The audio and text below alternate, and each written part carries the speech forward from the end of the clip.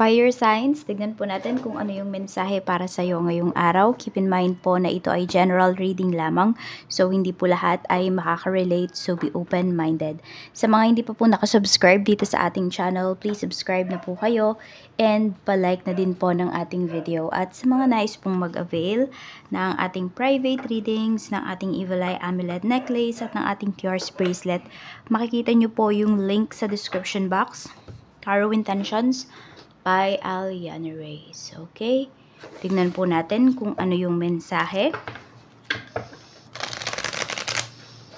Spirit Guide, mensahe po natin kay Fire Signs.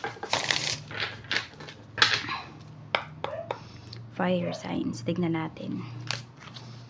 Fire Signs. Unity and exchange. Ayan po.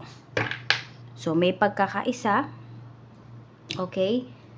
And, ayan po, may kapalit yun. So, sabihin natin more on, parang sinasabi dito is give and take. Diba? Nagkakaisa kayo dun sa iisang layunin ninyo ng mga tao sa community, sa paligid po ninyo, sa family. Ayan, parang lahat may mabe-benefit dun sa pagkakaisa na yon. So, pwede po na meron dito, ayan, magkakasundo-sundo talaga kayo towards dun sa isang desisyon. And lahat kayo magbe-benefit. So, pwede po yan sa pagbebenta ng lupa. Yan, kung may mga properties kayo. So, para hindi na siya pag-agaw-agawan.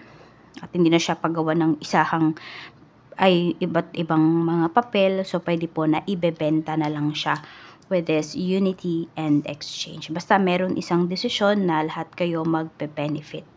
Tignan po natin ano pa yung mensahe para sa'yo. Aries, Leo, Sagittarius. Tignan po natin. Ano pa ang mensahe natin? Spirit Guide for Aries, Leo, Sagittarius. We have goodbye. Ayun, meron nga kayo ditong ilalet go talaga.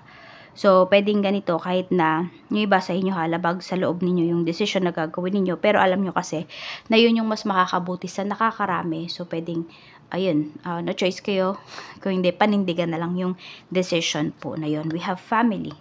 So, family matters talaga ito. Ayan. Pwedeng may aalis na family members. Kunwari, pupunta ng ibang bansa, magmamigrate sila as family. So, nalulungkot kayo, pero wala naman kayo magagawa kasi decision nila yon at magbe-benefit po silang lahat doon na pamilya. So, pwedeng ito ay, kunwari, asawa ng, yung kapatid mo, nag-asawa siya. So, yung family nila, pwedeng magmamigrate sa ibang bansa. Yung tipong ganun po. Tingnan natin. We have twin flames. Okay, for some of you naman, ayan, baka yung twin flame ninyo mayroon ng asawa.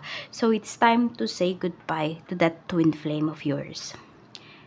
Yes, you can stay as friends, pero kasi mahirap yan, lalo na kung intense yung nararamdaman nyo sa isa't isa. So, nasa wisyo pa naman po yung karamihan sa inyo. Kaya, ayan po, yun nga. Dahil kung married na kayo parehas, ganyan, meron na kayong kanya-kanyang relationship, so alam nyo na hindi ito mag-work out. Kaya ayan po, may decision making kayo dito na to say goodbye to your twin flame.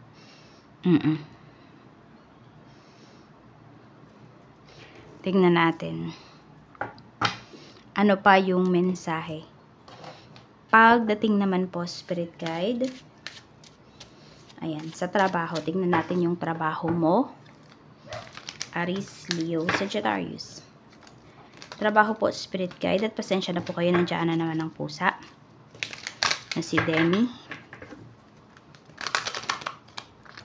Demi. Hindi namamansin. Demi girl. Ba, di namamansin. Pero galaw naman ang galawang bundok. Tignan natin. Okay, pagdating sa work, kamusta po ngayong araw na ito? We have the Tower. So, medyo parang magulo, no? Pagdating dito sa trabaho. Parang meron ka dito na news na marireceive na parang kakabahan ka or masyashock ka. Ayan po, we have the Tower energy. Or meron kayong mga biglaang gagawin dito. May mga kailangan pala kayong biglaang tapusin na trabaho. So, parang alam nyo, ako na sa Friday pa yung deadline niyan, pero bigla siyang mapapaaga. So medyo stressful yung araw na to para sa inyo. we have the Chariot. Ayan. So, ito naman yung mga katrabaho mo. So, wala. No choice naman kayo, diba? Kundi gawin yung trabaho na yun. And very positive naman yung mga co-workers mo dito. Parang alam na alam naman nila na matatapos ninyo yung inyong mga trabaho. Sa mga nagbabalak mag-resign, tignan natin. Tama ba yung decision mo? We have 4 of Pentacles. Okay, ganito lang yan. Kung may malilipatan na po kayo, sure na yan, 100% na yan, go nyo na yon. Pero kung wala pa, ayan daw po, mag-ipon daw muna po kayo, sabi ni Universe, bago kayo mag-resign, bago kayo lumipat ng trabaho. Tignan naman po natin, pagdating naman po sa, Demi, kalahati ng screen ang sakop mo. Bebe.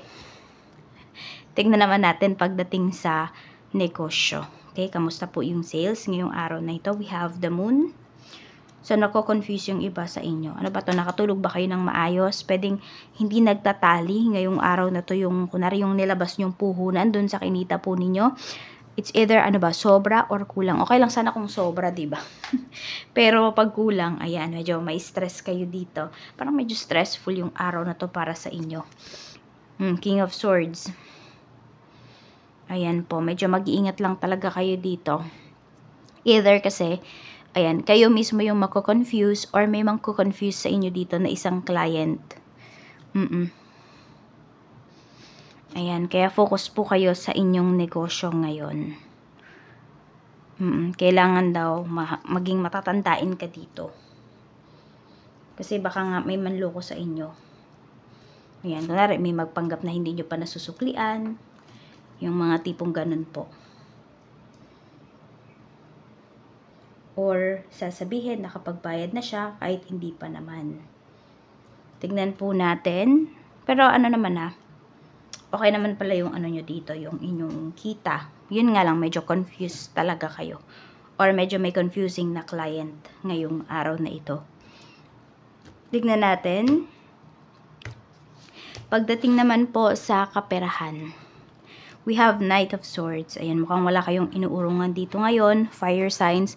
Parang lahat ng ino-offer sa inyo, basta pagkakakitaan at malinis lang din naman, ayan po, tinatanggap po ninyo.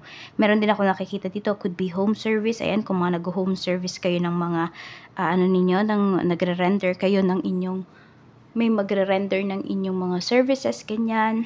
So, depende po yan sa inyong negosyo, sa inyong trabaho. Ayan, basta may home service ako na nakikita dito. At pwede po na ayan, malaki yung tip na makukuha ninyo. We have the Sun. Very positive yung energy pagdating sa iyong finances.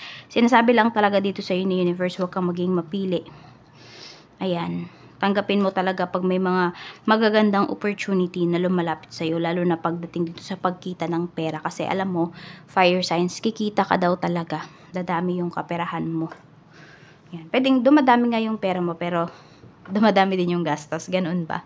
Tignan natin, pagdating naman po sa love life. We have the Emperor. So, there is someone na sobrang attracted sa'yo. Very responsible yung tao na to. So, pwedeng ito ay person mo. Ayan, karelasyon mo, kinakasama mo, asawa mo. Yan po. We have the Emperor.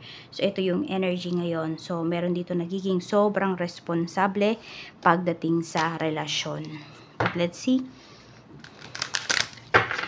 Tignan po natin pagdating sa mga single. Pagdating po sa mga single spirit guide, we have resilient roots, endure the storms, protect your core, and grow stronger with each challenge. So, medyo na-challenge kayo ngayon, ano? More on about to sa family ninyo, sa beliefs po ninyo. More on doon po kayo na-challenge. So, ayan, sabi nga, protect your core. Diba? Protektahan mo yung paniniwala mo, protektahan mo yung sarili mo. Kasi mukhang marami ka pa ditong mga kakaharapin. For some of you, ayan, you will grow stronger talaga. Kahit na mag-isa lang po kayo, fire signs. Let's see naman sa mga in a relationship. Fiery balance. Embrace intense forces, offset turmoil, and stabilize with calm resolve. Okay, may makikipag-usap sa'yo dito ng maayos ngayon. So, kung nagtampo ka man sa person mo or siya man yung nagtampo sa'yo, magkakaayos po kayo dito. Kasi, hindi ko naman nakikita na iniiwasan yung problema or iiwasan ninyo yung isa't isa. May pag-uusap po dito, which is good kasi ibig sabihin nagmamature na kayo parehas ng person mo kasi gusto nyo ng, pag-usapan yung problema kaysa takasan yan. Sa mga mag-asawa naman, we have fated revelation. Uncover the omens, decipher their meaning, and embrace your destined path. So, pwedeng meron dito, nahihirapan kayo, na-stress kayo pagdating sa mga asawa nyo or sa marriage po ninyo. Pero sinasabi kasi ni universe na ito talaga yung kailangan mangyari. Ito yung kailangan ninyong pagdaanan. So, ayan.